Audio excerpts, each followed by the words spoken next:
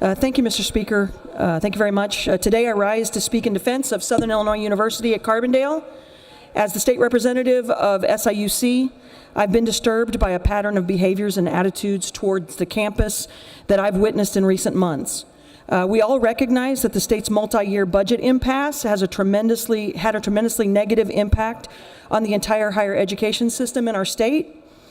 But as a result of July 2017's budget action, some sense of financial stability has begun to take hold in the state university system.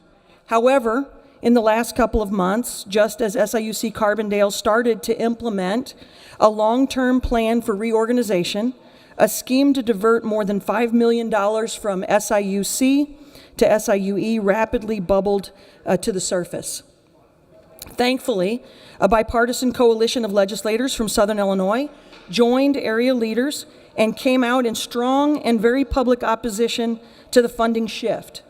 To my relief and to the relief of thousands of students, teachers, and small businesses that are positively served and impacted by SIUC, the SIU Board of Trustees narrowly voted down the proposal. It seemed for a moment that the Carbondale campus had dodged a proverbial bullet, but just when SIUC Carbondale felt that one of the threats they were facing had ended, 3 members of the House Democrat majority began moving legislation that would split the Southern Illinois University system in two. On Thursday, April 19th, I attended a hearing of the House Higher Education Committee where a package of 4 bills, House Bill 1292, House Bill 1293, House Bill 1294, and House Bill 5860, brought for consideration by Representative Hoffman, Stewart, and Bristow, were brought to that committee. Both Republican and Democrat members of the committee helpfully identified the legislation as a direct attack on Southern Illinois University Carbondale. The sponsor of the bill was not able to sufficiently answer as to the economic impact that such a drastic measure would have on the city of Carbondale, to the Southern Illinois economy as a whole, or to the SIU system as a whole. SIU Carbondale is a nationally accredited research university, one of only 2 in Illinois. The loss of that accreditation would be devastating, leaving the University of Illinois as the only accredited higher education research facility in Illinois. I believe that the Democrat-sponsored attack on SIU Carbondale willfully ignores the importance of the research that is performed at SIUC. My Republican colleagues and I also pushed back against claims that SIU Edwardsville has had an explosion in enrollment growth over the last 7 years. SIU Edwardsville enrollment has actually stagnated over the period of the last 7 years. So if the argument is that SIU Edwardsville is growing so fast that it needs more money, then let's do a study of that. Let's do a study, not a biased study from either campus, but a study that is independent, unbiased, and external. And that should bear out whether or not a shift needs to be done in the funding.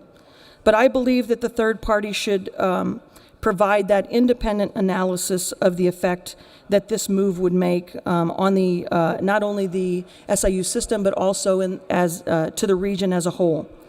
While the fiscal impact to the entire southernmost region of Illinois may not be fully known, there would be a negative fiscal impact to the state from the legislation. By creating another university income fund, there would be costs associated to the Auditor General's office for conducting another audit. By creating another board of trustees, there would be costs associated or incurred for reimbursement of board members, for expenses, and to transfer records, books, papers, documents, and property.